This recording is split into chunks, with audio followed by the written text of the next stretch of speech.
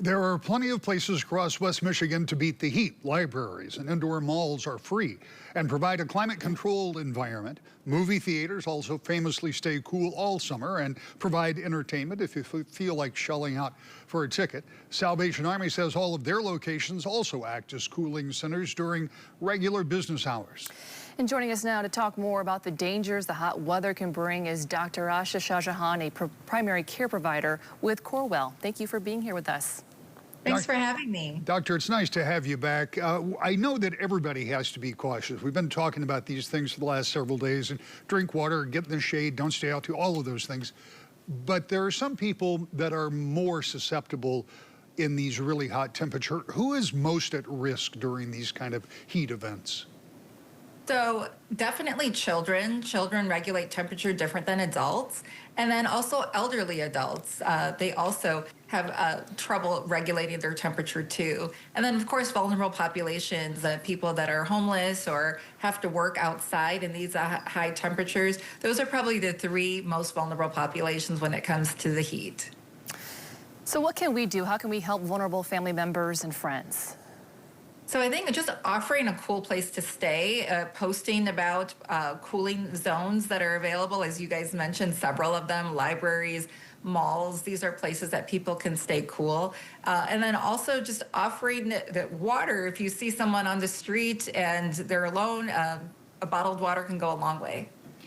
Yeah, and that's important for everybody to keep in mind, that maybe a neighbor or somebody that you wouldn't suspect may need a little help. So we should be extra vigilant, kind of like we are during winter storms. I mean, this isn't technically a storm, it is an event. What are some of the medical issues that we all should keep an eye out for? Because it can kind of sneak up on you. I've seen this happen to people that are out in the heat, and the next thing you know, they're on the ground, because it can really kind of sneak up and hit you all at once.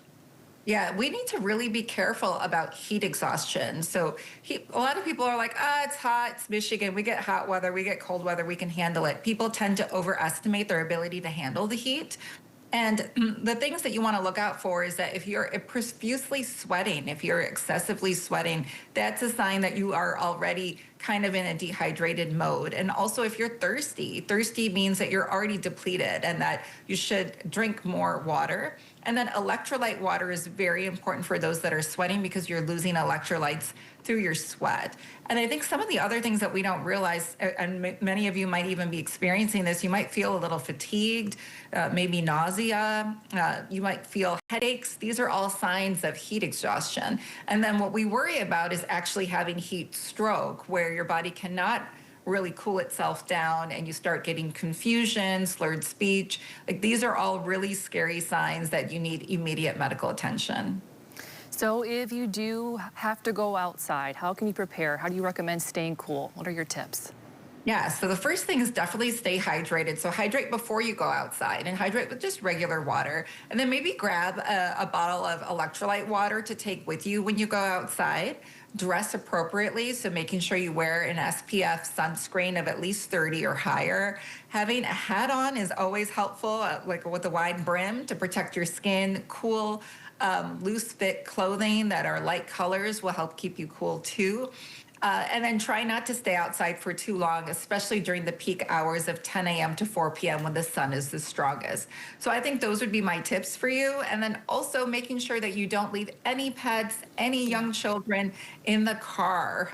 Sometimes we leave the car running with the AC, but that's very dangerous. If something happens and the car suddenly is not running, then your pet and child might be in extreme danger. So staying out of the vehicles are very important too.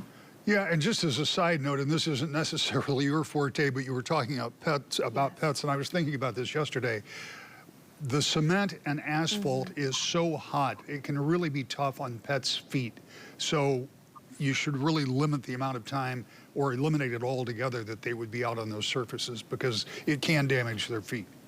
Yeah, the best time to take a walk is just early morning or late evening, so that you're really avoiding those peak times of extreme heat. Excellent. Doctor, thank you very much for the good advice, and thanks for being on with us. Thank you. Stay cool out there. You too.